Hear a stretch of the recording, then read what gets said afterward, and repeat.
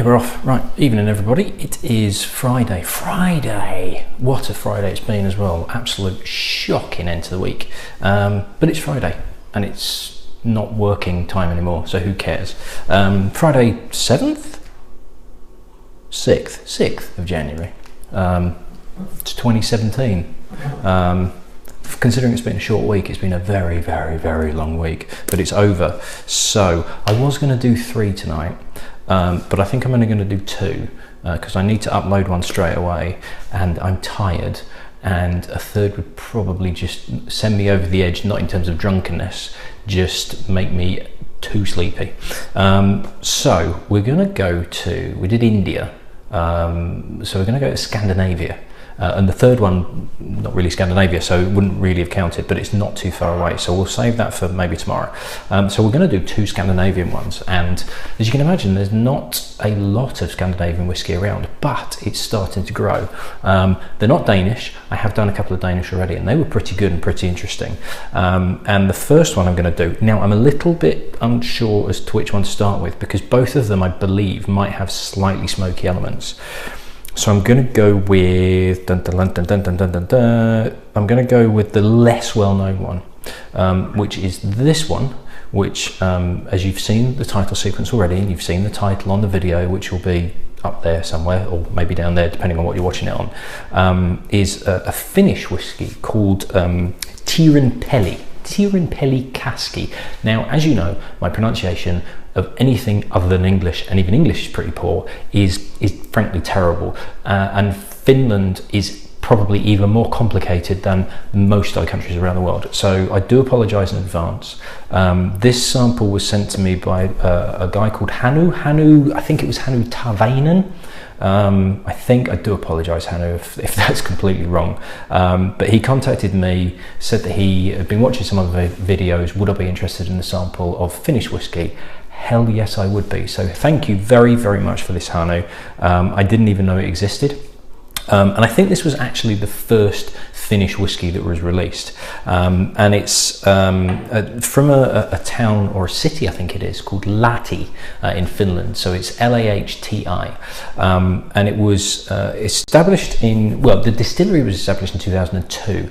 It's actually, I think it's a chain of restaurants, but it was a restaurant that was called Teerenpeli, something like that. It's spelt Teerenpeli, but it's probably pronounced completely different. And there's probably Finnish people watching this and Scandinavian people watching this going, oh my God, Ben, what are you trying to do?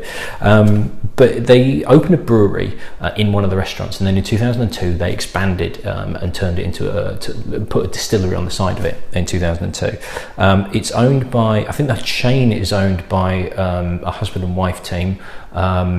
I'm not going to try and pronounce it, because when I looked at the name on Wikipedia, it looks like it's pronounced, could be pronounced pissing, but I'm fairly certain it's not. It's Pyysing, so I'm not even going to go there.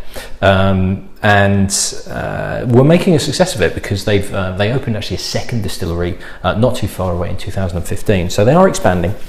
But it's a relatively new distillery. So the first whiskey that they launched was a 5-year-old that came out in 2008, and they, as with a lot of these new distilleries, they're experimenting with different types of casks, different sizes of casks, different casks that have held different things. So they've got a port cask, a rum cask, a sherry cask, casks they use in Scotland. The stills that they've got are actually handmade from Scotland.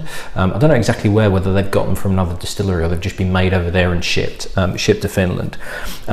They use apparently quite lightly peated Finnish malt, and it's quite hard water as well, so it's quite distinctive. It's all very local. Apparently the everything is locally sourced, and it's very, very regional. So Kasky, Teerenpeli Kasky is their first fully sherry matured whiskey. Age wise, it doesn't have an age, it's a no age statement, and it's released at 43%. Kasky is a Finnish word it's an agricultural term, and it's basically before you start planting in a field, they basically kind of dig it up and set fire to the ground to almost purify it, so that they can then replant into it. So that's where that comes from. Nothing, it's kind of I think it's convenient, but I don't think it's got anything to do with casks, as in whiskey cask, sherry cask, that sort of thing. So very, very intrigued to see what this is like. Another one of these that without the challenge, oh my goodness, I can't even get it open. Hang on, I'm gonna have to do the teeth. Blimey. Tell you what, you put that on tight, Hanu.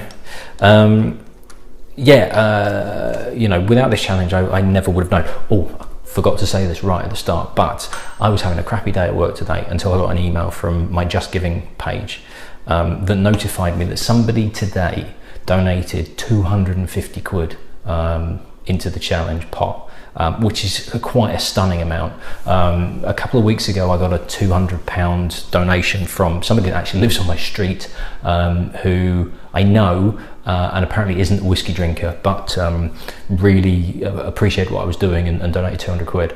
I think I am now at about £3,700, which is just an incredible amount, and really makes me think that actually I can hit this £5,000 goal, particularly with the lineup of whiskies that I've got for the auction at my gala night on the 21st. There is some really, really good stuff on there that's going to be auctioned off, and everything that's all the proceeds that are sold will go into the charity pot. Nothing is being kind of done as profit for any of the people. They've all been donated.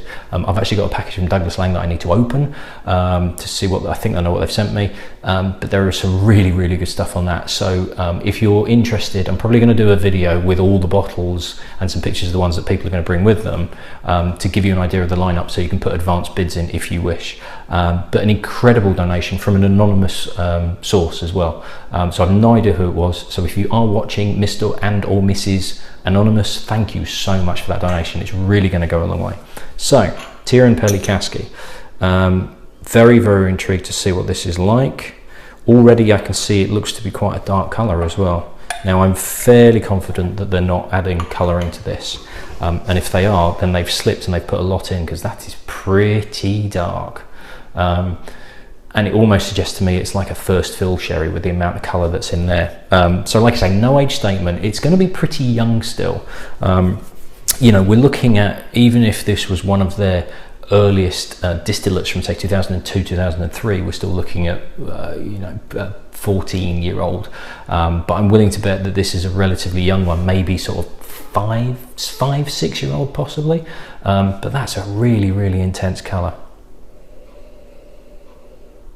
And yet it's not quite as rich and sweet as I thought it was going to be.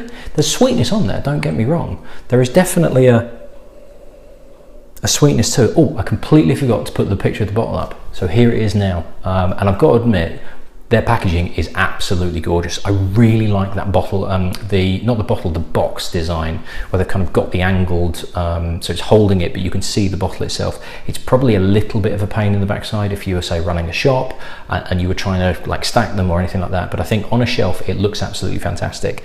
The whiskey shop are selling this at £69 a bottle. So it's not cheap, but considering they're not making a huge amount of this, and where it's from, and it's the fact that it's very, very unusual, I think it's one of those that you could probably get away, maybe slightly overpriced considering how much some of the other whiskies are from around the area, particularly the next one I'm going to cover.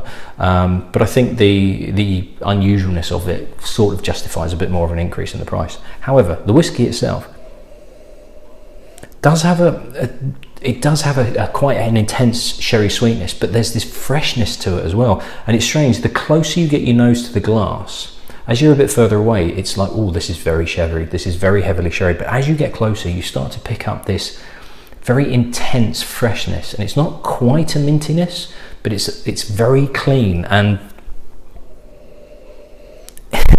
it's almost, because I know it's Finnish, and I've never been to Finland.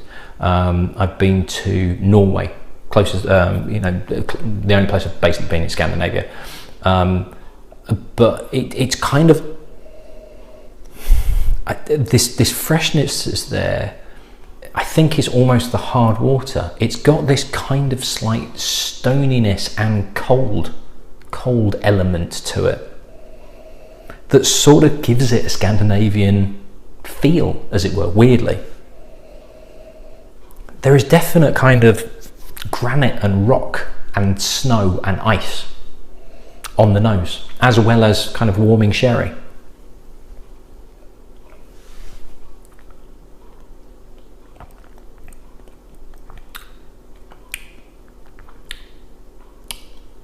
And again, on the palate, it's not, it's sherried, definitely, but it's not a real, I wouldn't really call this a sherry bomb.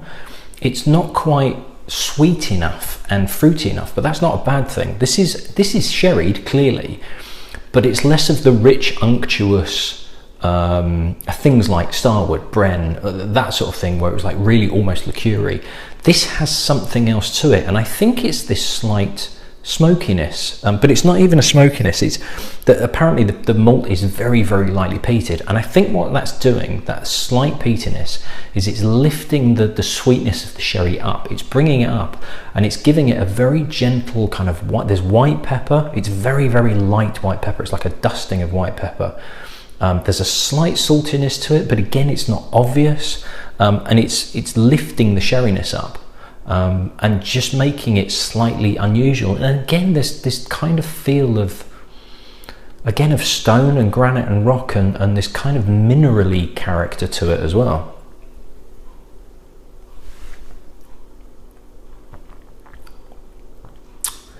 I like this because it's very, very close to not working, because I love peat and I love sherried whiskies, but there is a danger when you get peat and sherry together. So if you get a peated whiskey in a sherry cask, more often than not, it works really, really well and it balances quite well. But sometimes it can be a bit disparate and it bounces off each other, and you get a sweetness, but then a kind of pepperiness that doesn't blend and doesn't work well. And it's having like two separate whiskies that are fighting each other in your mouth. This is borderline, but fortunately it works because the sweetness and this kind of mineral pepper saltiness, because it's a bit more subtle, it's not as obvious, it's not overpowering the sweetness, and the sweetness isn't overpowering the other. They're bouncing off each other, but it's working quite well. It might put some people off. I think there might be some people that go, this isn't really working for me. There is characteristics in this that I think some people would go, no, I'm not getting this. It doesn't work. It's not balanced enough. And I could picture some people saying this is unbalanced, but personally speaking, I think it's an interesting balance. It's an interesting juxtaposition of the two. It's not a smooth flow. It's actually a little bit. There's a little bit of that, but it's quite a fun characteristic, and it gives you something to work with. But I wouldn't call it kind of like it's a sipper that you're just going to drink it, and you have to give this a little bit of time. And it's interesting, it's challenging, but it's not hard work. It's not kind of kicking you in the teeth and going, oh, I'm finding this really difficult to drink, because of the sweetness, because of that sherry influence.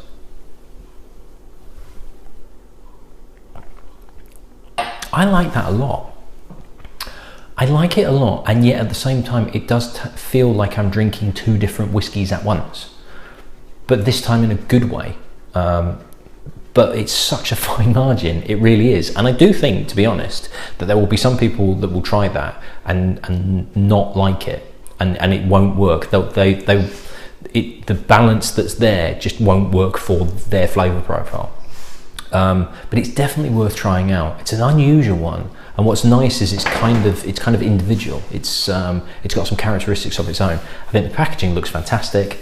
I think the price wise, I don't know. It feels a little bit on the steep side, but you do have to consider where it's from, how much they're making, the unusual characteristics of it. But all in all, very, very encouraging, and I'd be very interested to see what the other Finnish whiskies that they have are like, and if there's any other Finnish distilleries as well, because that definitely stands on its own. It's got characteristics of its own, and I think it's worth searching out. So Hannu, thank you very, very much for that. That was absolutely intriguing, and yes, I will keep my eye out for that, and we shall travel sort of across a little bit of water, and then to our next one we're just going to go and do another Scandinavian, so I shall see you then. Cheers.